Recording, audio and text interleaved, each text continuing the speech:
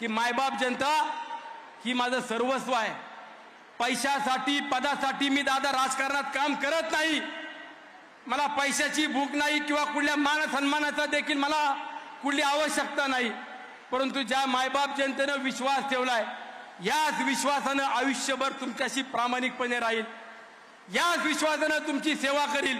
उद्याच्या निवडणुका होतील त्या होतील, काय व्हायचं होऊ द्या, परंतु पद प्रतिष्ठा महत्त्वाची नसते हेच मला माहिती आहे। आणि म्हणून माझ्या विरोधकांना सुद्धा सांगतो, माझ्यासारख्या कार्यकर्त्याला आया बहिणींना आशीर्वाद दिलं, बारक्या बारक्यावर बच्चा कच्च्यांनी सुद्धा आया बहिणींना सांगितलं की तू अण्णाला मतदान केलं पाहिजे, देवापुढे हात ठेवून शपथा घ्यायला लावल्या।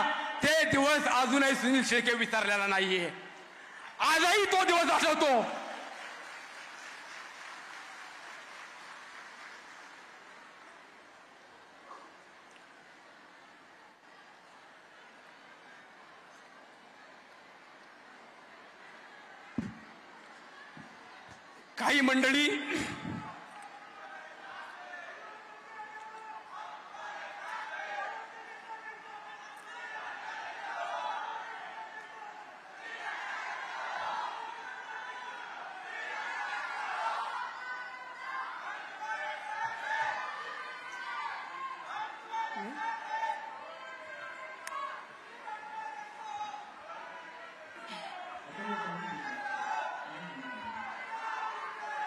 काही मंडळी टीका टिप्पणी करतात, आरोप करतात।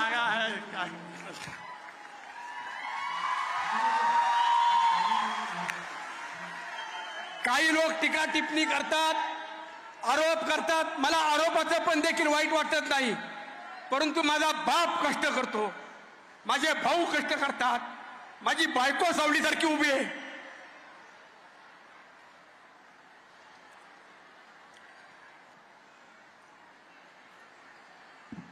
माझे सहकारी माझ्या बरोबर आहेत, आया बहिणींचं पाठबळ आणि आशीर्वाद आहे।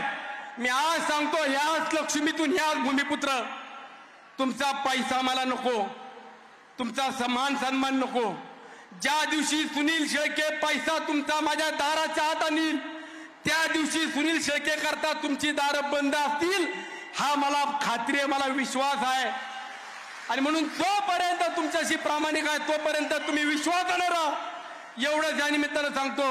ज्या ज्या माझ्या आया बहिणींना या ठिकाणी बसण्याची व्यवस्था झाली नाही, ज्यांची गैरसोय झाली, त्या सर्व आया बहिणींना विनंती करतो, माझ्या एबीपी माझा, उघडा डोळे बघा नीट।